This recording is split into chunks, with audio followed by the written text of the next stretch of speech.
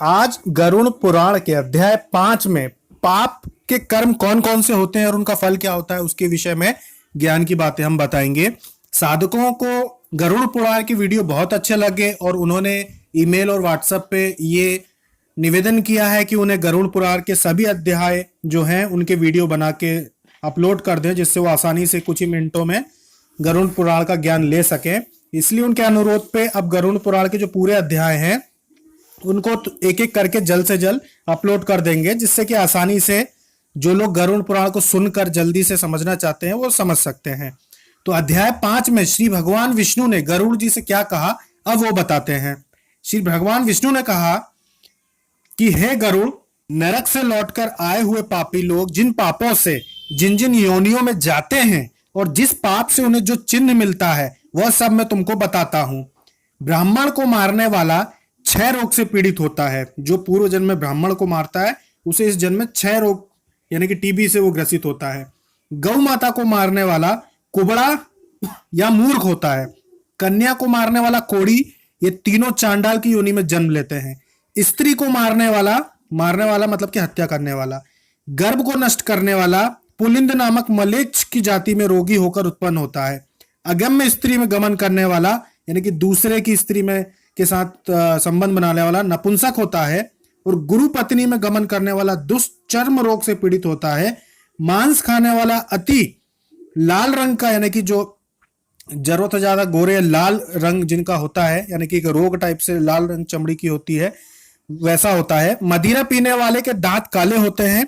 और जो ब्राह्मण जीव की चंचलता से अभक्ष भक्षण करते हैं यानी कि जो ब्राह्मण होकर भी मांस का खाते हैं उनका पेट बहुत बड़ा होता है। जो दूसरे को न देकर स्वादिष्ट वस्तु स्वयं खाते हैं वह गलगंड रोग से पीड़ित होते हैं। जो श्राद्ध में अशुद्ध अन्न देता है वह सफेद कुष्ठ से पीड़ित होता है।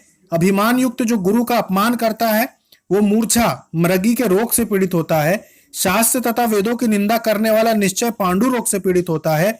झूठी गवाही देने वाला गूंगा, पंक्ति भेद करने वाला काना, लगे हुए विवाह को बिगाड़ने वाला ओंठ का होता है, बिना ओंठ का होता है यानी कि उसके ओंठ नहीं रहते। जो दूसरों की शादी तोड़वाने का काम करते हैं किसी कन्या की या किसी की भी, तो उनके अगले जन्म में होंठ नहीं होते।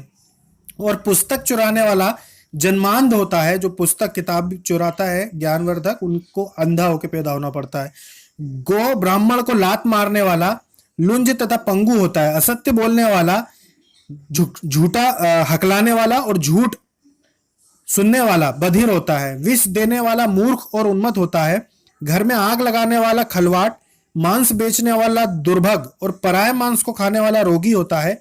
रत्न चुराने वाला नीच कुल में उत्पन्न होता है। सोना चुराने वाला बुरे नख वाला और धातुओं को चुराने वाला निर्धन होता है।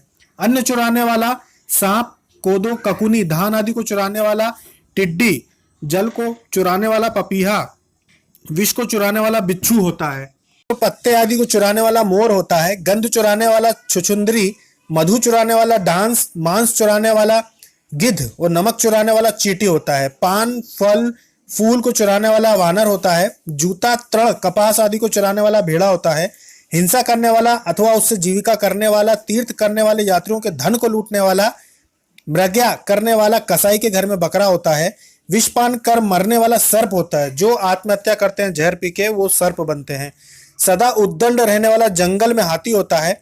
बलि वैश्व देव करने वाले ब्राह्मण को नीच का अन्न भोजन करते हुए उन्हें व्याघ की योनि मिलती है। जो ब्राह्मण संध्या और गायत्री का जप नहीं करते, जिनका अंतःकरण मलिन है, ऊपर से स्वच्छ बने रहते हैं, वे बगुला का जन्म लेते हैं। जो शूद्रों का यज्ञ कराते हैं वे गांव के सुअर होते हैं। जो बहुतों की पुरोहिती करते हैं वे गधा होते हैं। जो बिना निमंत्रण के भोजन करते हैं वो कौवा होते हैं। जो ब्राह्मण पात्र में विद्या नहीं देता वो बलवान बलिवर्द बैल, और जो शिष्य गुरु की सेवा नहीं करता वो पशु योनि को पाता है।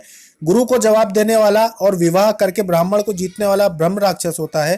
कहकर जो ब्राह्मण को दान नहीं देता वह सियार, और जो सज्जनों का सत्कार नहीं करता वो फेतकार की योनि में प्राप्त होता है। मित्र से द्रोह करने वाला पहाड़ी गिद्ध, धोखा देकर खरीदने वाला उल्लू, वाणाधम की निंदा करने वाला कबूतर होता है। आशा भंग करने वाला, स्नेह को भंग करने वाला, द्वेष से स्त्री को चुराने वाला मोर, द्वेषवश स्त्री का परित्याग करने वाला चिरकाल तक चकवा चकवी होता है। माता पिता, गुरु, भाई और बहन से वैर करने वाले हजारों जन्म लेते हैं और गर्भ में नष्ट हो जाते हैं। यानी कि माता पिता, अपने गुरु, अपना भाई और अपनी बहन, इनसे जो दुश्मनी रखते हैं, मन में गुस्सा, नाराजगी और जीवन भर जो बैर रखते हैं, वो हजारों बार जन्म लेते लेते ही गर्भ में नष्ट हो जाते हैं। उन्हें ये मनुष्य जन्म नहीं मिल पाता। और हजारों बार का मतलब समझ लीजिए कि कई सैकड़ों साल तक दोबारा मनुष्य जन्म नहीं मिलता। जो भाई बहन माता पिता से नाराज रहते हैं, गुस्सा रखते हैं और उनसे बैर रखते हैं, मन में मन मुटास रखते हैं। इसके आगे, सास की गाली देने वाला जोंक, नित्य कलह करने वाला और अपने पति को धिक्कारने वाली ढीठ होती है। जो स्त्री अपने पति को छोड़कर दूसरे पुरुष से प्रीति रखती है वो गोह, गोह एक बड़ी छिपकली को कहते हैं, अथवा दो मुंह की सांप होती है। अपने गोत्र, जो पति को छोड़ती है वो, अपने गोत्र को भ्रष्ट करने वाले, अपने योग गोत्र की स्त्री में गमन करने वाले तरक्षु और शल्य की होकर भालू की योनि में जन्म लेते हैं। जो अपने ही गोत्र की स्त्री के साथ संभोग करते हैं वो शल्य की होकर भालू की योनि में जन्म लेते हैं। तामस स्त्री में गमन करने वाला पुरुष मरुस्थल में पिशाच की योनि पाता है। जो ऋतुमती नहीं हुई हो ऐसी स्त्री में भोग करने वाला वन में अजगर होता है। गुरु की स्त्री से भोग करने वाला विषय खोपड़ा, राजा की स्त्री से भोग करने वाला दुष्ट और मित्र की स्त्री में गमन करने वाला गधा होता है। गुदा में गमन करने वाला सुअर, वृषली, शुद्रा में गमन करने वाला बैल, महाकामी तथा लंपट घोड़ा होता है। मृतक के एकादशा के दिन भोजन करने वाला कुत्ता और देवताओं के भागों को खाने वाला मुर्गा होता है। जो ब्राह्मण द्रव्य के लोभ से देवताओं का पूजन करता है वह देवलक कहा जाता है और देव कार्य तथा पितृ कार्य में निंदित होता है। महापातकों से युक्त होकर जो प्राणी घोर नरकों का उपभोग करके कर्म के क्षय होने पर इस संसार में पुनः आते हैं, फिर भी वे महापातक ही होते हैं। यानी कि जो पूर्व जन्म में जो भी गलतियां ये करते हैं उसका नरक में तो वो भोगते ही भोगते हैं। उसके बाद भी जब मनुष्य जन्म मिलता है तो ये सारी जो कमियां होती हैं उनके शरीर में होती हैं, और या फिर इस मनुष्य योनि में भी उन्हें तकलीफ पहले से ही निश्चित हो जाती है कर्मों के हिसाब से। ब्रह्म हत्या करने वाला मनुष्य गधा, ऊंट और भैंस की योनि में उत्पन्न होता है। मदिरा पीने वाला भेड़िया, कुत्ता और सियार की योनि पाता है। सोना चुराने वाला कीड़ा, मकोड़ा, पतंग आदि की योनि पाता है। गुरु पत्नी में गमन करने वाला लता वृक्ष आदि की योनि पाता है। दूसरे को स्त्री हरने वाला, दूसरे की धरोहर को पचाने वाला देवता, ब्रह्म के धन को हरने वाला ब्रह्म राक्षस होता है। कपट स्नेह से खाया हुआ ब्राह्मण का धन 7 पीढ़ी तक जला देता है। जो भी किसी ब्राह्मण का धन झूठ बोल के या हत्या लेता है उसकी अगली 7 पीढ़ियां तक जो रहती हैं वो बहुत तकलीफ उठाती हैं, गरीबी देखती है। और बलात्कार से तथा चोरी से खाया हुआ धन चंद्र तारा पर्याप्त पर्यंत जला देता है। मतलब किसी का चोरी नहीं करना चाहिए सामान, धन या पैसा या कुछ भी नहीं चुराना चाहिए। लोह और पत्थर के चूरे को तथा विष को मनुष्य पचा सकता है, परंतु ब्राह्मण के धन को तीनों लोक में कौन पचाएगा। यानी कि लोहा और पत्थर, और अगर आप मिट्टी भी खा लेंगे तो उसको आपका शरीर पचा लेगा, लेकिन ब्राह्मण का धन अगर आपने खा लिया धोखा दे के, चोरी करके, कुछ भी करके, तो वो निकलता ही निकलता है, वो उसको आप नहीं पचा सकते। ब्राह्मण के धन से पुष्ट वाहन और सेना ये युद्ध के समय बालू के पुल सदस्य बिखर जाते हैं। देवताओं का द्रव्य भोगने, ब्राह्मण का धन हरने तथा ब्राह्मण का अतिक्रमण करने से कुल अकुल को जाते हैं, नष्ट भ्रष्ट हो जाते हैं। वेद शास्त्र शासित ब्राह्मण को छोड़कर दूसरों को दान देने का नाम अतिक्रमण है।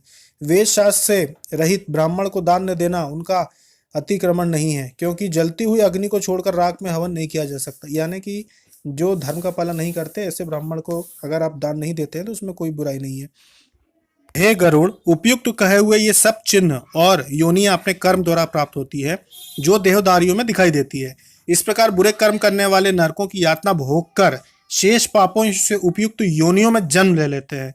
इसके पश्चात हजारों जन्म में पशु पक्षी आदि तीरक योनि को प्राप्त होकर भारवाहक पशु की देह, यानी कि अंत में जो योनियां रहती है मनुष्य जन्म के पहले ऊंट, बैल, गधा आदि होते हैं। उसके पश्चात वर्षा, शीत, धाम से उत्पन्न हुए पक्षियों के दुख को भोगने पर जब जीवों का शुभाशुभ कर्म फल समाप्त हो जाता है तब मनुष्य देह पाते हैं। यह जीव स्त्री पुरुष के प्रसंग से गर्भ में जीव होकर क्रमशः बढ़ता हुआ गर्भ से लेकर मरण पर्यंत दुख पाकर फिर मर जाता है। सभी शरीरधारियों का जन्म और विनाश होता है। 4 प्रकार के भूत ग्रामों अंडज, स्वेदज, उद्भिज और जरायुज का इस प्रकार चक्र चलता है। मनुष्य जीव मेरी माया से घंटी यंत्र के समान भ्रमण करते हैं। कर्म जाल में बंधे हुए जीव कभी मृत्यु लोक में और कभी नरक में जाते हैं। अदेय वस्तुओं के दान करने से लोग दरिद्री होते हैं और दरिद्री होने से पाप करते हैं।